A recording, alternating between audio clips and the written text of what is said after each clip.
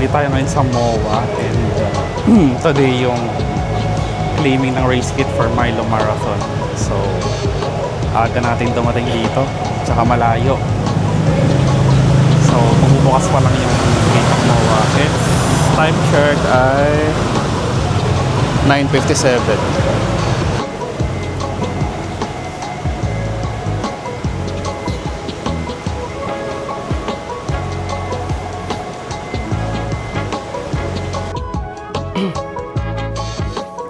Since andito na lang din tayo sa Decathlon, titingin ako ng accessories.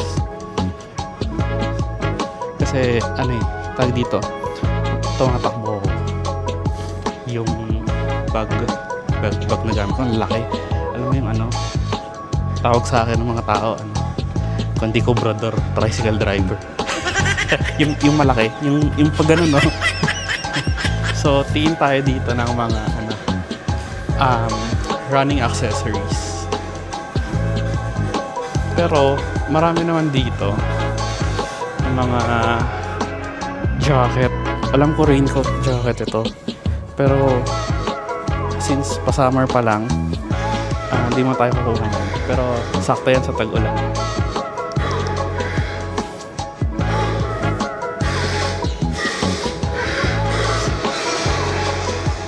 Ayan, tingin tayo ng mga belt bags. Dami ditong belt bags. Tapos yung mga rin pala dito. Iba-iba rin pala yung mga items nila dito. Ayan no. Yung mga spike shoes. Ito yan. Tapos medyas. Ito ang ganda ng medyas. Oh. Ngayon, yung medyas, marami akong ginagamit for running. Tapos, gamay ko na yun eh. Isang Nike, tapos isang online, Lazada na medyas. Teka, tanong tayo sa staff kung nasan yung mga belt bags. So, merong konting misunderstanding about race kit claiming dito sa MOA.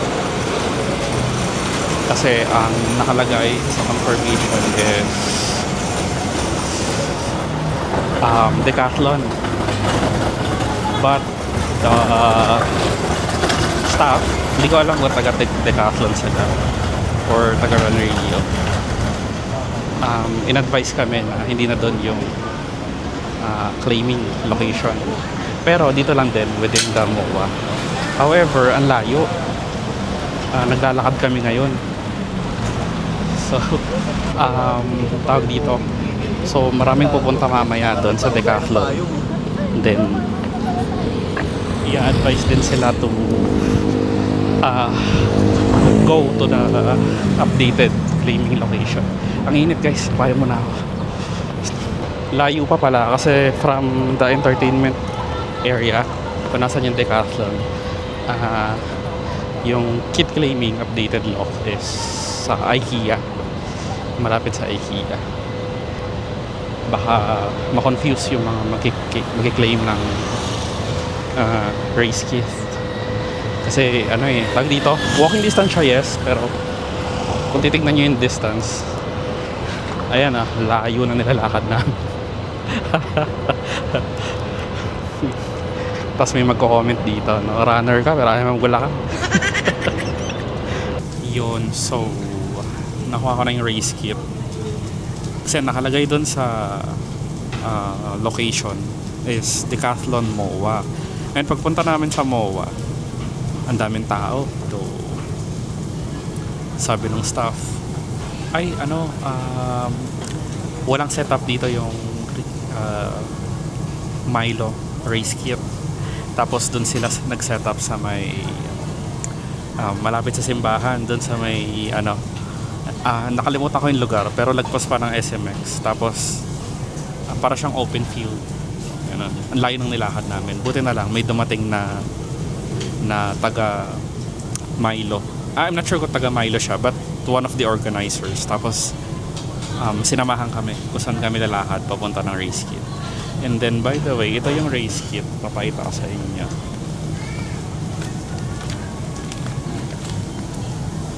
Yan.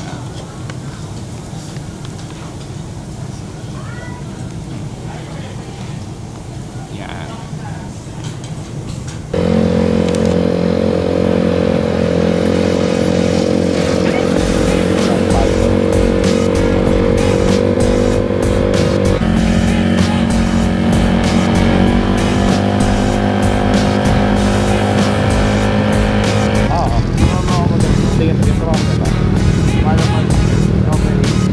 Pwede ka dun sa may start Kailangan na ba yun? pwede ka magabang sa Yan, dito na.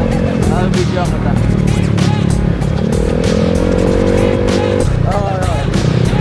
Hindi ako na vlog mo ulit eh. Dami mong kulay, hindi ko ma-edit. Walang oras. Easy map. Ayan, mas baba tayo. Kaya ka dyan tayo dyan. Kaso lang, bawal yata dyan. Bawal yan. Bawal 160. Oo. 400 lang yan. Assembly tayo. Ang target ko kasi medyo maulog yung start arc. Ang sorry.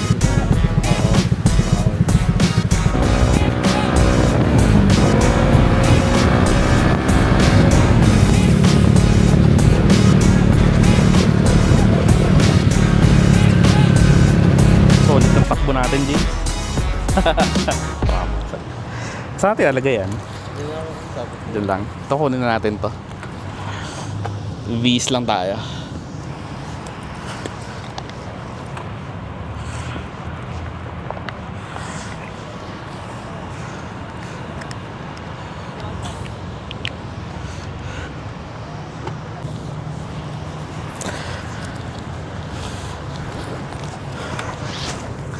Kaya lang. Ano yung camera, James? Naka-record. Tayo. Naka-record. Instant siya sa ilalim. Hmm? Instant siya sa ilalim. Mm.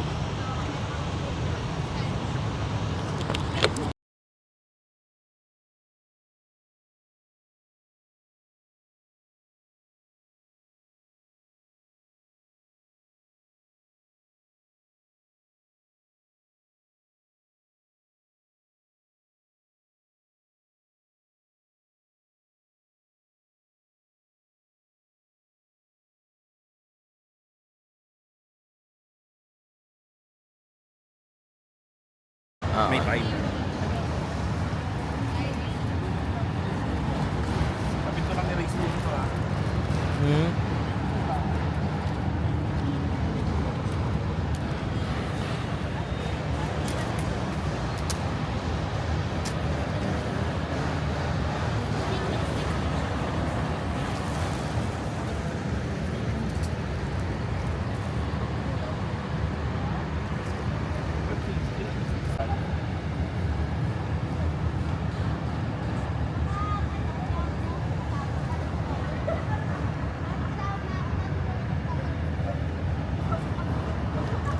Ganda, no? Kaya ano siya, vlogging camera talaga siya. Tapos may mic yan, kung gusto mo mag-vlog. Ha? Milo Marathon, let's go! Ayos ba? Sama natin si James. Hello guys. Yung mic niya Kuya Carl, andyan. Meron sa mic niya dyan. Sa camera mismo wala. Meron sa camera. Pero maganda kasi pag Pero ito, okay lang kasi puro montage naman yung gagawin mo. Tapos siguro mamaya mag-voice over ako. Punta muna tayo portal eh. Ayan. Ayos ba? Dito yung daan. Ayos, ayos. Tayo sa MOA. Let's go!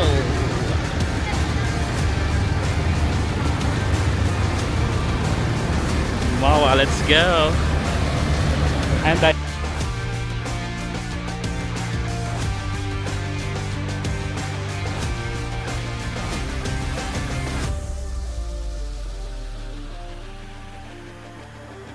ay naka-on yan.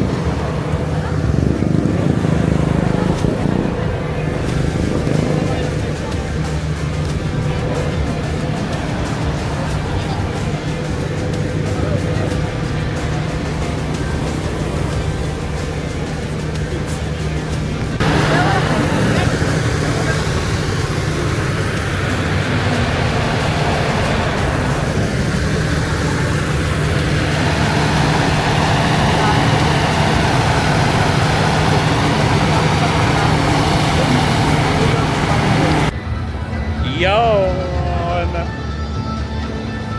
Pwede naman pala. Ayun naman, pwede ka manood ng... Ayun. Tapos ano, pwede kang kumuha ng mga inuwi. Oo, pwede kang kumuha ng mga inuwi naman dito. Mga drink.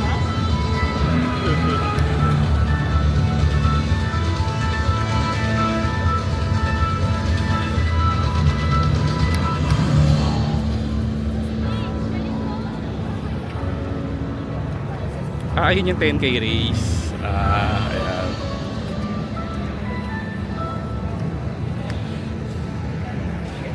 Ayos, di ba? Ganun yung technique eh. Ganun yung technique. James ah. Stretch lang ako.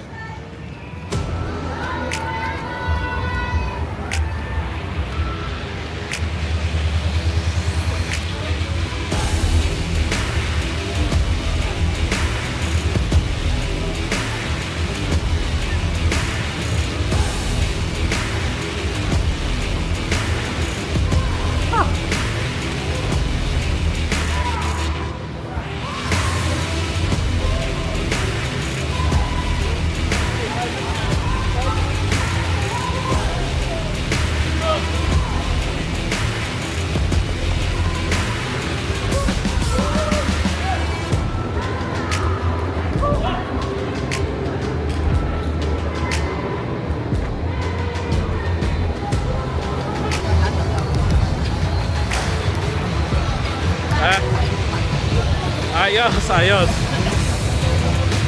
Mga 21 na ata Kuya Carl eh. Ha? Mga 21 na. Biniisip ko na nga rin dyan eh. 1 hour 3 minutes. Hindi ko pinilit na ano, hindi ko pinilit na sub 16 Doon minutes. na ako sabi ko. Doon sabi mo mga 1 hour 30 minutes. Hindi sabi ko, punta na ako sa mga 5. Buot ako ko na, nakita natin sa kabila. Ito wala ako. Sa camera. Sabi ko na, nakita natin sa kabila. Wala yung pala yung U-turn. Layo ng U-turn. Wala yung pala, sabi ko. Ano to? Loop. Parang ka tayong loop. Loop ba to? Diretso na. Oo. Kasi nag-hydrate ako isang beses lang. Tapos naglakad lang ako ng 30 seconds. Yun na. Race kit lately. Asa kaya yung loop bag? Dyan, loop bag. Yung mga bag na... Ganda ng medal nila, no? Ganda ng medal, ano? Bigat, ano? Hindi tinipid. Ayos ba, James? Wala dyan Kuya Carl. Nandun sa kabila. Ayun, yun, tare. Sa may steak na ngayon. Race kit kasi yan, eh. Nandun. Mga bag-bag yan, di ba? Wait, wala may register. Dito, papapicture ako tayo dito. Dito, papapicture ako tayo. Ayusin ko lang.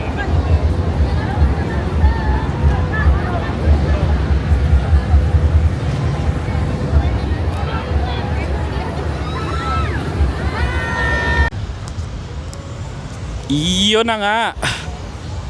Ito, natapos natin yung 10K. 1 hour 3 minutes. So hindi natin kinuha yung sub 1 hour kasi dumepende lang tayo sa makakayanan. And yun din naman yung tinraining natin sa nagdaang 2 months.